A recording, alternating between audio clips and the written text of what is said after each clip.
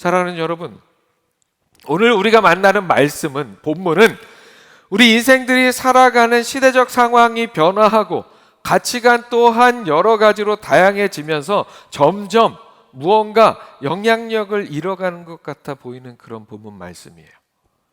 세상 사람들은 이 말씀의 본문 가운데 쓰여진 단어의 시의 적절성을 따지며 세상 사람들은 이 말씀을 시대적으로 뒤떨어진 말씀이라고 지적을 하기도 하고, 우리 신앙인들 중에도 요즘과 같은 이런 시대에 적절치 않다고 생각하는 경우도 많은 그런 본문의 말씀이에요. 하지만 우리가 잊지 말아야 할 것은 바로 이 말씀, 이 찬양입니다. 푸른 마르고 꽃은 시드나 무엇은? 주의 말씀은 영원해. 동의하시죠 여러분? 다시 한번 할까요? 푸른 마르고 꽃은 시드나 주의 말씀은 영원해. 아멘. 아무리 시대가 변하고 가치관이 다양해진다 할지라도 우리는 하나님의 말씀의 원리 가운데 서는 삶이 될 수 있어야 합니다. 그리고 하나님의 말씀은 영원부터 영원까지 살아계시는 하나님의 말씀이라는 그 신비로 인하여서 그 진리를 파악하면 이 말씀이 결코 시대에 뒤떨어진 그런 의미가 아니라는 사실을 우리는 바로 확인할 수가 있습니다. 이런 관점에서 오늘 말씀을 통해 하나님의 말씀으로 온전히 세워지는 우리 가정에 대해서 가정의 기본기 다지기라는 제목으로 영적인 교훈과 은혜를 함께 나누려 합니다. 오늘 주시는 말씀의 의미를 제대로 깨닫고 오늘 말씀에 담겨 있는 하나님의 그 진의를 잘 알아 그 말씀대로 하나님 앞에서 우리의 가정의 기본기를 잘 다져서 아름다운 믿음의 가정을 이루어가는 우리 모두가 될 수 있기를 축복합니다. 화면 보시고 함께 읽어보겠습니다. 시작. 남자와 여자가 그 부모를 떠나 연합하여 한 몸이 되는 것이 가정의 시작입니다. 자, 다시 한번 읽습니다. 시작. 남자와 여자가 그 부모를 떠나 연합하여 한 몸이 되는 것이 가정의 시작입니다. 오늘 본문에서 말씀은 이렇게 이야기합니다. 그러므로 사람이 부모를 떠나 그의 아내와 합하여 그 둘이 한 육체가 될지니. 이 말씀은 창세기 2장 24절을 인용한 말씀이에요. 말씀의 시작 창세기, 이 창조에 대한 말씀 중에 하나님께서 친히 세우신 처음 가정을 세우시는 이야기에서 하나님께서는 이렇게 말씀하셨습니다. 창세기의 말씀입니다. 이러므로 남자가 부모를 떠나 그의 아내와 합하여 둘이 한 몸을 이룰지로다. 아멘. 이 말씀은, 하나님의 말씀은 남자와 여자가 부모를 떠나 둘이 한 몸을 이루는 것에서 가정이 시작된다고 이야기합니다. 이 원리, 가정이 이루어지는데 가장 기본적인 이 원칙은 태초에 하나님께서 이 세상을 창조하는 가운데 세우신 원칙입니다. 우주가 생겨난 이래 그 오랜 역사 가운데 이어져 온 가정이라고 하는 것에 대한 가장 기본적인 원리입니다. 그런데 최근에 생겨난 새로운 가치관 속에서의 이야기들은 이 가정에 대한 아주 오래된 기본적인 원리를 마치 고리타분한 시대에 뒤떨어진 이야기 마냥 취급하려고 하는 경향이 이 세상 속에 생겨나고 있습니다. 제가 미국에서 잠시 살 때에 미국에 벌어지고 있는 그런 사회 문화적인 현상들을 보면서 그런 걱정을 하기도 했어요. 전에도 한번 말씀드린 적이 있는데요. 언젠가 교회 학교에서 우리 자녀들에게 얘들아, 결혼이라고 하는 건 있잖아. 남자와 여자가 하는 거야. 이 당연한 원리를 일부러 교회 학교에서 가르쳐야 하는 시대가 올지도 모르겠다. 그런 걱정을 한 적이 있어요. 그런데 이미 우리는 그런 시대적인 문화적인 상황에 맞닥뜨려 있습니다. 제가 지금 강단에서 이런 말씀을 전하고 있는 것 자체가 지금 그런 상황이라는 것이죠. 세상이 아무리 변하고 가치관이 아무리 다양해져도 하나님의 말씀에 의거한 가정에 대한 기본 원칙은 변할 수 없습니다. 사랑하는 여러분, 우리 인생들의 스스로의 기준에서 만들어 온 사회적 정의나 스스로 정의해온 선함, 이런 개념들은 시대적 문화적 상황 속에서 항상 가변적입니다. 항상 변해요. 어느 시대에는 이런 일이 선함이었다면 어느 시대에는 이런 일은 선함이 아닐 수 있어요. 어느 시대에는 이게 사회 정의였다고 한다면 어느 시대에는 사회 정의가 아닐 수 있어요. 그렇게 항상 가변적이에요. 완전할 수 없어요. 그래서 성경은 이렇게 말씀합니다. 어떤 길은 사람이 보기에 바르나 필경은 사망의 길이니라. 아멘. 사랑하는 여러분, 그래서 우리 인생들은 변하지 않는 하나님의 말씀을 기준해서 살아가야 합니다. 글쎄요, 서로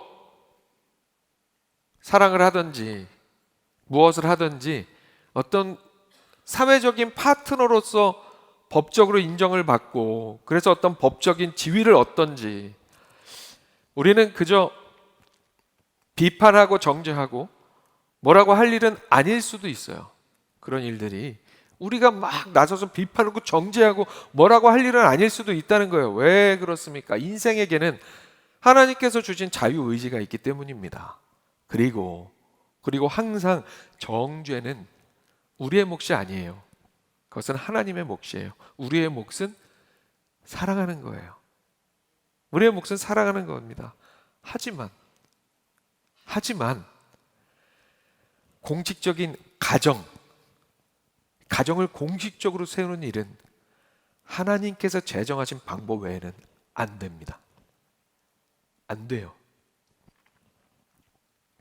그렇게 사회적으로 최근에 생겨난 그런 새로운 개념들, 새로운 가치관들, 그런 것들을 막 들고 나서서 자신들은 지금 더욱 옳고 정말 더 발전된, 더 옳은, 이전보다 훨씬 더 올바른 생각을 하는 어떤 그런 사람들인 것처럼, 그런 가치관을 내세우는 사람들인 것처럼, 그래서 그야말로 오래된 가정에 대한 성경적 원리는 이제 고리타분한 것으로 내다 버려야 할 어떤 낡은 지식처럼 여기는 그런 일은 용납할 수 없습니다. 사랑하는 여러분, 흔들림 없이 말씀 앞에 온전히 서는 우리 가정에 하나님께서 세우신 원칙, 가정의 가장 중요한 기본기를 잊지 않고 주장할 수 있는 우리의 신앙의 삶이 될 수 있기를 소망합니다. 화면 보시고 다시 한번 함께 읽습니다. 시작. 주 안에서 서로 복종하는 남편과 아내가 되어야 합니다. 그렇게 가정이라고 하는 것은 남자와 여자가 그 부모를 떠나 연합하여 한 몸이 되는 것으로 시작이 됩니다. 그리고 이어지는 말씀은 그렇게 남자와 여자가 연합하여 한 몸을 이루는 것을 그리스도와 교회의 관계에 비유하면서 이렇게 이야기합니다. 이 비밀이 크도다. 나는 그리스도와 교회에 대하여 말하노라. 그러나 너희도 각각 자기의 아내 사랑하기를 자신같이 하고 아내도 자기 남편을 존경하라. 이 말씀이 어떤 의미인지 오늘 함께 읽은 본문 이전에 이 말씀에 대해서 먼저 언급한 직전의 본문을 통해서 함께 살펴보겠습니다. 오늘 함께 읽은 본문이 포함된 이 단락은, 말씀의 단락은 가정에서 남편과 아내가 상호 어떤 관계가 되어야 하는지, 서로를 어떻게 대하는 관계가 되어야 하는지에 대해서 자세하게 말씀하고 있어요. 먼저 아내와 관련해서 이렇게 말씀합니다. 아내들이여 자기 남편에게 복종하기를 주께 하듯 하라. 이는 남편이 아내의 머리됨이 그리스도께서 교회의 머리됨과 같음이니 그가 바로 몸의 구주시니라. 그러므로 교회가 그리스도에게 하듯 아내들도 범사에 자기 남편에게 복종할지니라. 아멘. 자, 말씀은 아내들에게 자기 남편에게 복종하기를 주께 하듯 하라고 합니다. 남편이 아내의 머리가 되기 때문에 그렇게 하라고 말씀하고 있습니다. 어떻게 우리 교회 여성분들 고개가 끄덕여지십니까? 자신 있게 아멘이 나오십니까, 여러분?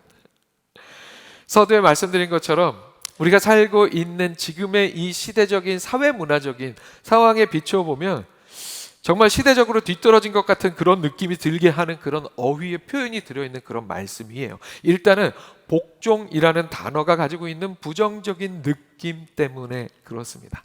게다가 남편이 아내의 머리가 된다는 표현도 조금 그래 보입니다. 이런 생각과 반응이 나오게 되는 이유는 실제로 인류 역사 속에서 이 말씀의 진의를 제대로 파악하지 않고 그야말로 그저 남성 위주의 가부장적 관점에서만 이 말씀에 접근했고, 또 그런 사회문화적 상황 속에서 여성들이 억압받는 역사가 너무도 길었기 때문입니다. 그래서 남녀 평등이나 여성의 인권에 대한 고민이 그 어떤 시대보다 진일보한 최근의 상황에서 볼 때 이 말씀을 읽으면 뭔가 트라우마가 생겨나듯이 남성 위주의 가부장적 느낌이 스멀스멀 올라오게 하는 그런 말씀이에요. 하지만 우리는 이 말씀에 대해서 그런 오해를 할 필요가 없어요. 하지 말아야 합니다. 물론 사도 바울을 통해서 이 말씀이 기록되던 당시에 지금보다 훨씬 열악했던 여성을 둘러싼 사회문화적 삶의 정황이 실제 있었고, 그것이 이 말씀 속에도 담겨 있기도 합니다. 하지만 그렇다고 이 말씀이 그런 그 여성 억압적인 시대적 상황에 얽매여 있는 말씀은 결코 아닙니다. 이 말씀을 기록하는데 하나님께서 사도 바울을 들어 쓰셨지만 이 말씀은 사도 바울의 말씀이 아니라 하나님의 말씀이기 때문입니다. 그래서 이 말씀 속에 담겨진 진의, 진짜 의미는 뒤에 이어지는 말씀과 함께 생각해야 합니다. 복종을 하라고 하는데 그 복종을 해야 하는 이유가 남편이 아내의 머리가 되기 때문이라고 얘기했죠. 그리고 그 남편이 아내의 머리가 되는 그 의미가, 그게 중요한 거예요. 그리스도께서 교회의 머리됨과 같다고 말씀합니다. 그래서 아내들의 남편을 향한 복종도 교회가 그리스도에게 하듯이 하는 것이라고 말씀합니다. 이게 무슨 말씀입니까? 여기서 말하는 복종이라는 것이 어떤 억압하는 것이나 우열의 문제, 그런 것이 아니라는 말씀입니다. 아내에게 있어서 남편은 바로 교회의 머리 대신 그리스도가 교회에 대한 의미를 갖는 것과 같이 그렇게 아내를 대해야 한다는 말씀입니다. 그리스도는 교회를 세우기 위해서 목숨을 내어주셨고 당신의 관심사는 오로지 교회에 집중되어 있었습니다. 그런 전제 아래서 그런 그리스도와 같은 남편에게 교회가 그리스도에게 복종하듯이 그렇게 말씀에 의거한 복종을 하라는 뜻의 그런 이야기입니다. 그래서 이 말씀은 여성에게만 주어진 말씀이 아니라 남성의 의무와 책임과 함께 더불어 주어진, 또 그렇게 해석해야 유효한 말씀이 됩니다. 그리고 또한 이 말씀은 우선은 말씀 당시나 지금이나 여전히 사회문화적으로 뭔가 여전한 그런 게 있잖아요. 뭔가 우선권을 가진 듯한 남편들이 먼저 아내에게 어떤 남편이어야 하는지 그것을 먼저 얘기하는 말씀이기도 합니다. 아내들에게 먼저 얘기하는 것 같지만 이 결론적으로 남편에게 먼저 얘기하는 것과 다름없다는 거예요. 그래서 아내에 대한 이 말씀에서 남편들은 먼저 스스로를 잘 돌아볼 수 있어야 합니다. 그리고 또한 아내를 대하는 남편의 태도와 의무에 대해서 주시는 말씀에 온전히 귀를 기울일 수 있어야 합니다. 이어지는 말씀에서 남편들에 대해서 이렇게 얘기하죠. 남편들아, 아내 사랑하기를 그리스도께서 교회를 사랑하시고 그 교회를 위하여 자신을 주심같이 하라. 이는 곧 물로 씻어 말씀으로 깨끗하게 하사 거룩하게 하시고 자기 앞에 영광스러운 교회로 세우사 티나 주름 잡힌 것이나 이런 것들이 없이 거룩하고 흠이 없게 하려 하심이라. 이와 같이 남편들도 자기 아내 사랑하기를 자기 자신과 같이 할지니 자기 아내를 사랑하는 자는 자기를 사랑하는 것이라. 아멘. 남편들은 아내 사랑하기를 그리스도께서 교회를 사랑하시고 그 교회를 위해서 자신을 주신같이 하라고 말씀합니다. 예수님은 교회를 정말 말씀으로 깨끗하게 하셔서 거룩하게 하시기 위해서 그렇게 자기 앞에 영광스러운 교회로 세우셔서 티나 주름이나 주름 잡힌 것이나 이런 것들을 없이 거룩하고 흠이 없게 하기 위해서 교회를 사랑하셔서 교회를 위하여 자신을 내어주셨다고 말씀합니다. 이 말씀은 예수 그리스도의 사랑과 자기 희생이 교회를 교회답게 하셨다는 것을 의미합니다. 교회를 교회답게 하기 위해서 예수 그리스도께서 사랑과 자기 희생으로 그렇게 교회를 돌보셨다는 이야기예요.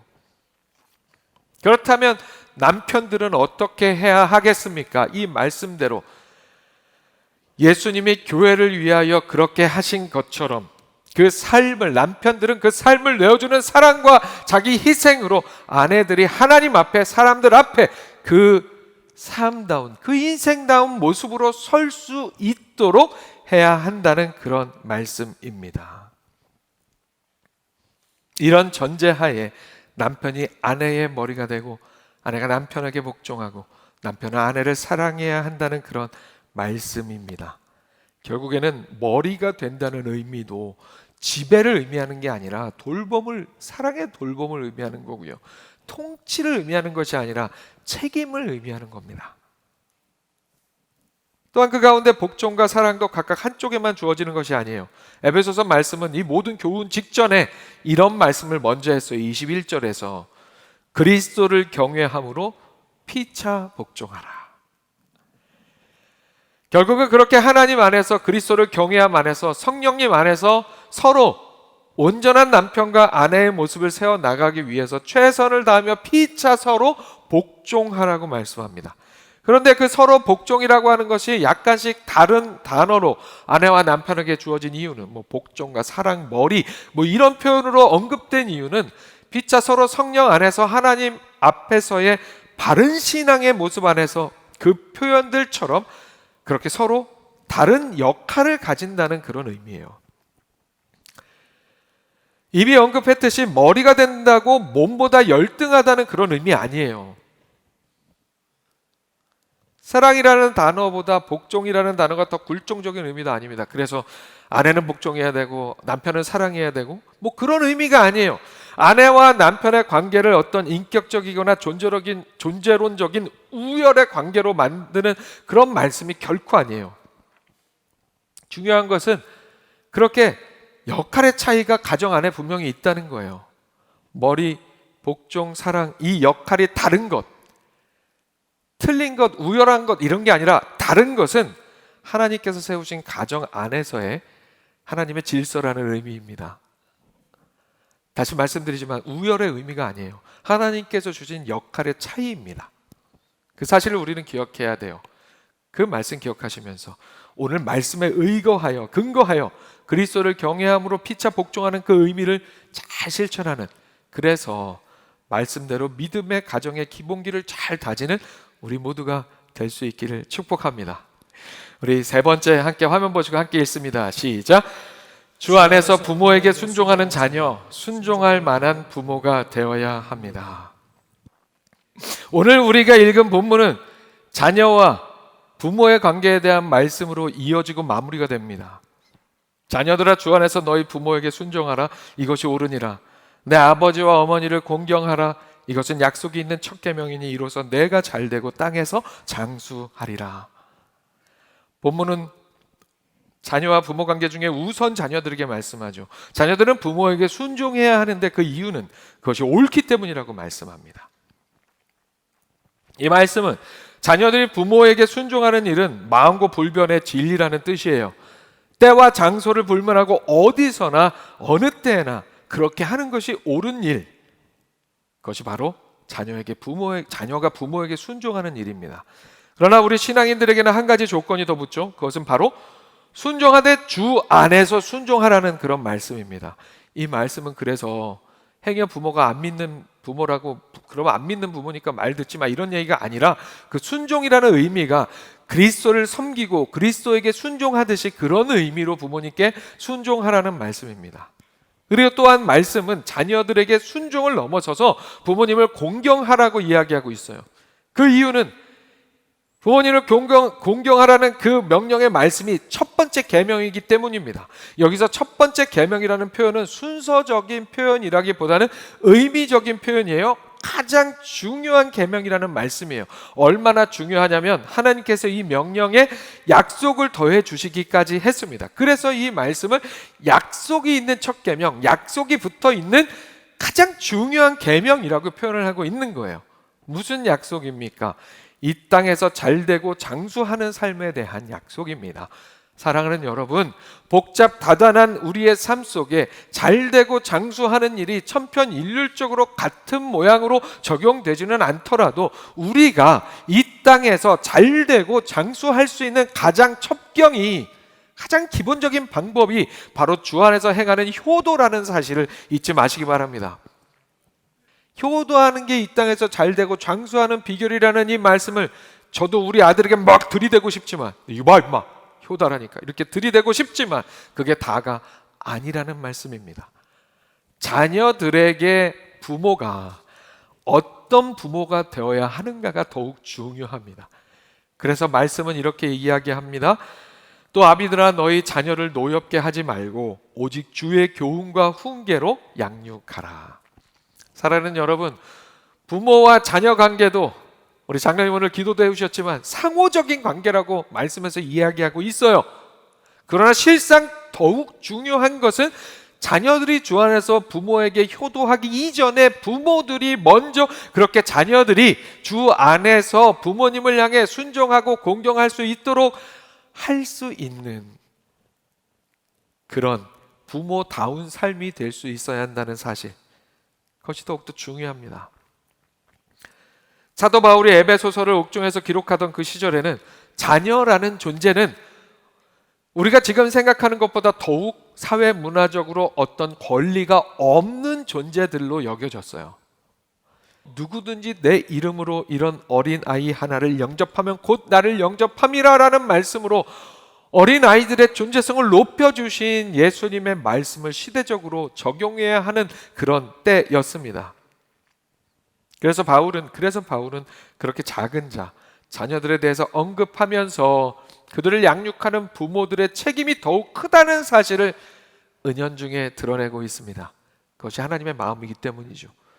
사랑하는 여러분, 생각해보면 정말 말 참 안 들어먹어요, 우리 자녀들이.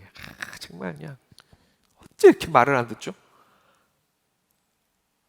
하지만 최선을 다해서 우리가 먼저 우리의 자녀를 노여워하게 하지 않고 오직 주의 교훈과 훈계로 양육하는 부모가 될 수 있기를 소망합니다. 우리 부모님들의 자녀를 향한 소원 뭐가 있어요? 자녀들이 이 땅에서 잘 되고 장수하면 더 바랄 게 뭐가 있습니까? 그렇죠? 우리 자녀들이 이 땅에서 잘 되고 장수할 수 있도록 부모님들이 해줄 수 있다니까요. 어떻게 해줄 수 있어요?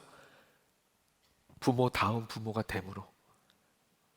그래서 우리 자녀들이 우리 부모님들을 공경하고 부모님들에게 순종할 때 저들의 삶이 하나님의 약속의 말씀 안에 거하게 되는 삶이 될 줄로 믿습니다. 그렇게 아름답고 바른 주 안에서의 부모와 자녀 간의 관계로 우리 믿음의 가정의 기본기를 잘 세우는 우리 모두가 될 수 있기를 축복합니다. 말씀을 마칩니다. 하나님의 창조의 원리로 세워지는 가정에서 이루어야 할 남편과 아내의 온전한 관계에서와 마찬가지로 부모와 자녀의 온전한 관계에서도 이 말씀이 그 시작 지점이 됩니다. 21절의 말씀입니다. 그리스도를 경외함으로 피차 복종하라. 사랑하는 여러분, 오늘 나눈 말씀 기억하면서 이게 사실은 쉽지 않은 말씀이잖아요. 쉽지 않으니까 그냥 넘겨버리는 게 아니라 쉽지 않으니까 더욱 붙들고 나아가는 우리가 되기를 소망합니다. 그리스도를 경외함으로 피차 복종하는 남편과 아내, 그리고 부모와 자녀가 되어서 믿음의 가정의 기본기를 잘 다지고, 그래서 이 땅에서의 천국을 경험하는 가정을 하루하루 그렇게 더욱더 천국을 만들어 나가는 우리 모두가 될 수 있기를 주님의 이름으로 축원합니다.